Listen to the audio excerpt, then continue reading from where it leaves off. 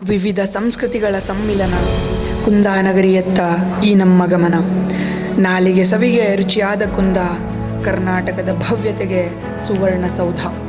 ಕನ್ನಡ ಭಾಷೆಗೆ ಮುಡಿಪು ಇವರ ತನುಮನ, ಇಲ್ಲಿಯದು ಉಷ್ಣವಲಯದ ಸವನ್ನಾ ಹವಾಮಾನ. ಐತಿಹಾಸಿಕತೆಗೆ ಹಳೆಯ ಕೋಟೆಗಳು, ಮನಃಶಾಂತಿಗೆ ಮಸೀದಿ, ಚರ್ಚ್, ದೇವಾಲಯಗಳು.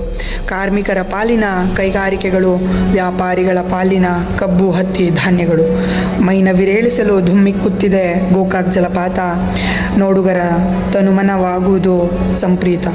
ಕನ್ನಡಿಗರಿಗೆ ವಿದ್ಯೆ ದೊರಕಿಸುವುದೇ ಸರ್ಕಾರದ ಧ್ಯೇಯ, ವಿದ್ಯೆ ಬೇಡಿ ಬಂದವರಿಗೆ ಅತಿ ದೊಡ್ಡ ತಾಂತ್ರಿಕ ವಿಶ್ವವಿದ್ಯಾಲಯ. ಬಹುತೇಕರ ಕಸುಬು ರೇಷ್ಮೆ, ಹತ್ತಿ, ನೇಕಾರಿಕೆ. ಈ ಮಣ್ಣಿನ ಜನರದು ಗಂಡೆದೆಯ ಎದೆಗಾರಿಕೆ. ವಿಸ್ತೀರ್ಣದಲ್ಲಿ ಇದು ಅತಿ ದೊಡ್ಡ ಜಿಲ್ಲೆ, ಕನ್ನಡಾಂಬೆಗೆ ಅರ್ಪಿಸುವರು ಅಭಿಮಾನದ ಮಾಲೆ. ಸಾಹಿತ್ಯ ಕಲೆಗೆ ಇವರ ಕೊಡುಗೆ ಅಪಾರ, ಜನಿಸಿಹರು BV ಕಾರಂತ, ಡಾಕ್ಟರ್ ಚಂದ್ರಶೇಖರ ಕಂಬಾರ. ಸಕಲ ಜೀವಿಗಳ ರಕ್ಷಣೆಗೆ ನಿಂತಿಹಳು ತಾಯಿ ಎಲ್ಲಮ್ಮ, ನಿನ್ನೆಲ್ಲ ಕಂದರನ ಕೈ ಹಿಡಿದು ನಡೆಸಮ್ಮ.